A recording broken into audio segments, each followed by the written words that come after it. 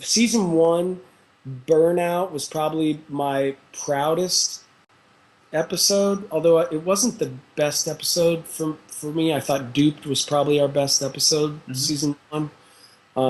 I thought it was really creative and funny, and I remember kind of going, "Ooh, wow, there's maybe something special about this show."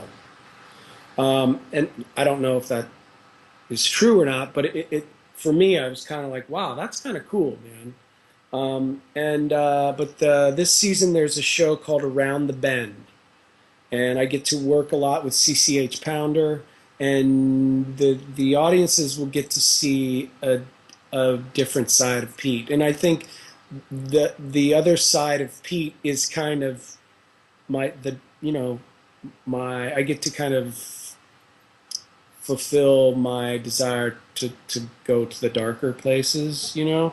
and I think that it earns Pete the right to be goofy because it's kind of like why I think and why we've given him the 10 years of sobriety, Mm. because everybody's like, oh, there's Goofy Pete. And then, what? He's an alcoholic. Oh my, we don't talk about I mean, he must have some demons.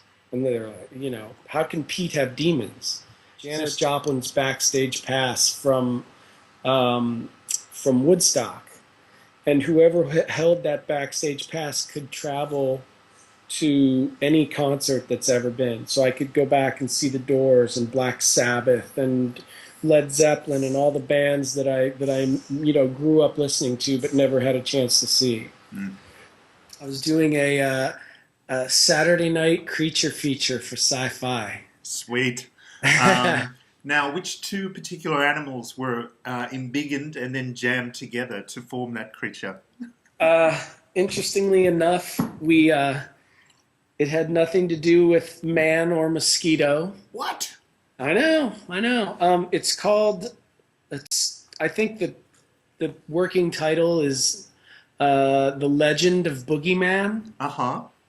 And, one of my all-time favorite films is Evil Dead 2, which is Sam Raimi That's and genius. Bruce Campbell. So, it was kind of my I mean, look, that those are lofty goals, right? I mean, it was kind of my intention to make it as close to that as I could, I mean, try and make it funny and not be too serious about it, I've been to Stockholm. Hmm. Been to Stockholm. What were you doing there? Some friends of mine are big international rock stars, and they were doing their Sure. European tour, Uh-huh. and so I didn't have anything to do, and I asked my buddy if I could tag along, and I went to. I was in London, Stockholm, and then we took the boat, the giant cruise from Oh, yeah. Stockholm over to Finland. Finland, we went to Warsaw. We went to Poland, Austria, Germany, Holland, and Denmark. Cool. It was amazing. It Ah, was that amazing. sounds... Was this before you were married or after you were married? Yes, it was in 2001. So Oh. before I got married, yeah, I was a lone wolf, right, babe? Uh, until...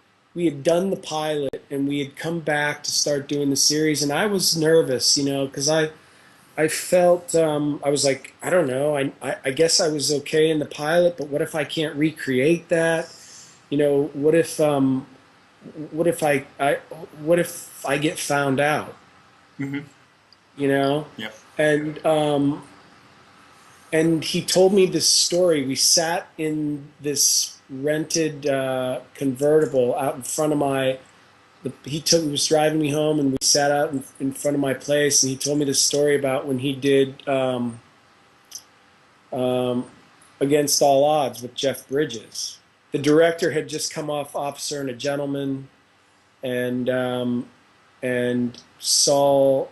This guy made Saul do like 50 takes of this thing, and Saul was melting down. He was like, I don't know, maybe what am I doing? And Jeff just said, man, just you got to trust in what you're doing. Just said, look, I work with you on the pilot. You're great. Just trust, just believe, just quit, quit, quit being a dumbass, get your head out of your ass. I mean, he said that. He was like, get your head out of your ass and just do the work. We've gotten so close. Mm-hmm. And we've developed a relationship that is like truly like what you see on the show. Mm-hmm. It's really kind of brother sister, and I guarantee if you're talking to her, she'd be like, "Oh my God, gross! I can't even imagine." I but I won't go that far because what are you gonna do? She's tall and thin and beautiful and. But we have managed to develop a really cool brother sister kind of platonic asexual relationship. Which I guess that's something you need to develop in Hollywood, because if you don't, then you're in trouble. Yeah, I mean everybody's banging their co-star. The fact that people think that I'm, this this just kind of goofy guy. I think people would be pretty. I think that's why people are surprised by my artwork. Plus, it's also the abs. The abs, yeah. Abs and art never. They're never a natural mix. My one pack. Yeah, it's the ab. But so with my artwork, I don't have to. I don't. I'm not desperate in my art, so I can kind of express the darker side without worrying about, people going, oh, I don't like him. I can play the drums a little bit, not great, but pretty well, and I mean I can keep time, and hey, Ringo could keep time. Yeah, exactly. So you need. And I think I was told they're going to do a thing where in order for Micah to snap out of the whatever spell the artifact has her on, I have to play this drum roll from Neil Peart. I mean, impossible to play. Of course, course, Neil Peart, but I'll do the best I can. See, I think you should go back to the writers and say, no, we make it interesting, and it has to be a Def Leppard drum solo, and I have to have one hand tied behind my back. I could use a flipper. I just thought it was brilliant.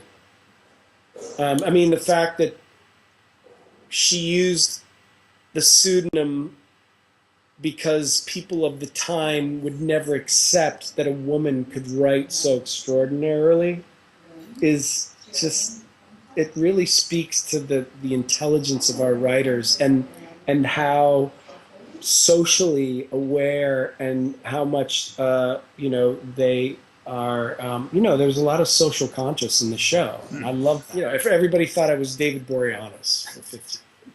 I mean, I can't tell you how many autographs I signed as Angel.